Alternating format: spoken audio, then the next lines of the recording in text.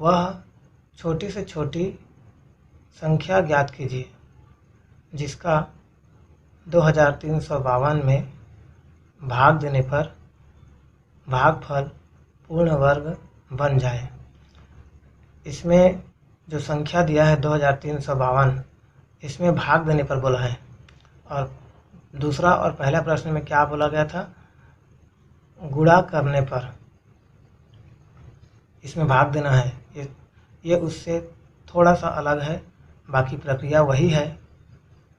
तो देखिए, छोटी से छोटी संख्या यहाँ पे कितना दिया है प्रश्न में? 2352। तो हल में लिखा है छोटी से छोटी संख्या बराबर 2352। 2352 का अभाज्य गुणनखंड निकालना है। अभाज्य गुणनखंड निकालना है, वही प्रक्रिया करना है, लघुत्तम निकाल के उसके अभाज्य गुणनखंड निकालने हैं। तो यहाँ पे देखिए, अब लघुत्तम निकाला गया है, लघुत्तम करके अभाज्य गुणनखंड निकाला गया है।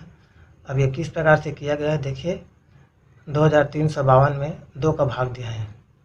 2 एकम 2, 2 एकम 2, 3 में 2 कम करने पर 1 बचा, 1 और 5 15 हो गया, 2 सत्ते 14, 15 में 14 कम करने पर 1 बचा, 1 और 2 12 हो गया, 2 छक्के 12, 1176 आ गया।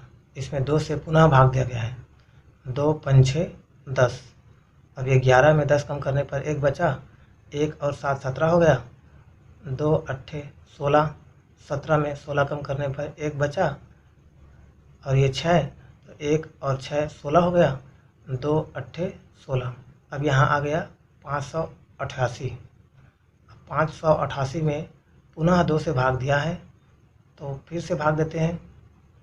2 दूनी 4, 5 में 4 कम करने पर 1 बचा, 1 और 8 18 हो गया, 2 नियम 18, और 2 चौक 8। तो इस प्रकार से 294 आ गया। 294 में फिर से 2 से भाग दिया है। 2 एकम 2, 2 चौक 8, 9 में 8 कम करने पर 1 बचा, 1 4 14 हो गया, 2 सत्ते 14। अब 147 में 2 का भाग नहीं जाता, तो 3 से भाग दिया है। 3 चौक 12, 14 में 12 कम करने पर 2 बचा, 2 और 7 27 हो गया, 3 नियम 27 हो गया। अब यहाँ पर आ गया 49। 49 में 3 से भाग नहीं जाता, इसीलिए 7 से भाग दिया है। 7 सत्ते 49, 7 बार में 49 चला गया। अब यहाँ पे आ गया 7। 7 में 7 का एक और भाग दे करके 1 लाया गया है, 7 एकम 7। इस प्रकार से 2352 के लघुत्तम समापवर्त निकालने पर इसके अभाज्य गुणनखंड आ गए 2 2 2 2 3 7 7। अब यहाँ देखिए 2352 का अभाज्य गुणनखंड यहाँ पर जो आया है 2 2 2 2 3 7 7, इसे यहाँ पर गुणा करके लिखा है। 2 गुणा 2 गुणा 2 गुणा 2 गुणा 3 गुणा 7 गुणा 7। अब यहाँ समान अभाज्य गुणनखंडों का 2 2 का समूह बनाना है। तो यहाँ पे देखिए 2 गुणा 2 का लाइन खींच के एक समूह बनाया है, फिर 2 गुणा 2 का एक और लाइन खींच के समूह बनाया है, उसके बाद गुणा 3 यहाँ पे अकेला हो गया है, उसके बाद 7 गुणा 7 का लाइन खींच के एक और समूह बनाया है। तो जिसका जिसका समूह बन रहा है उसे एक तरफ व्यवस्थित करके लिख दिया गया है। देखिए अगले स्टेप में 2 गुणा 2 का एक समूह, फिर गुणा करके 2 गुणा 2 का एक और समूह, उसके बाद फिर गुणा करके 7 गुणा 7 का एक और समूह, 3 समूह बन गए। उसके बाद गुणा 3 अकेला 3 बच गया है।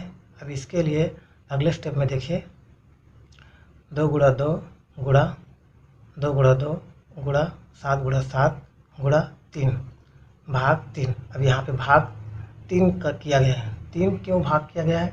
क्योंकि यहाँ पर गुणा 3 अकेला बच रहा था, एक अकेला अभाज्य गुणनखंड 3 अकेला बच रहा था।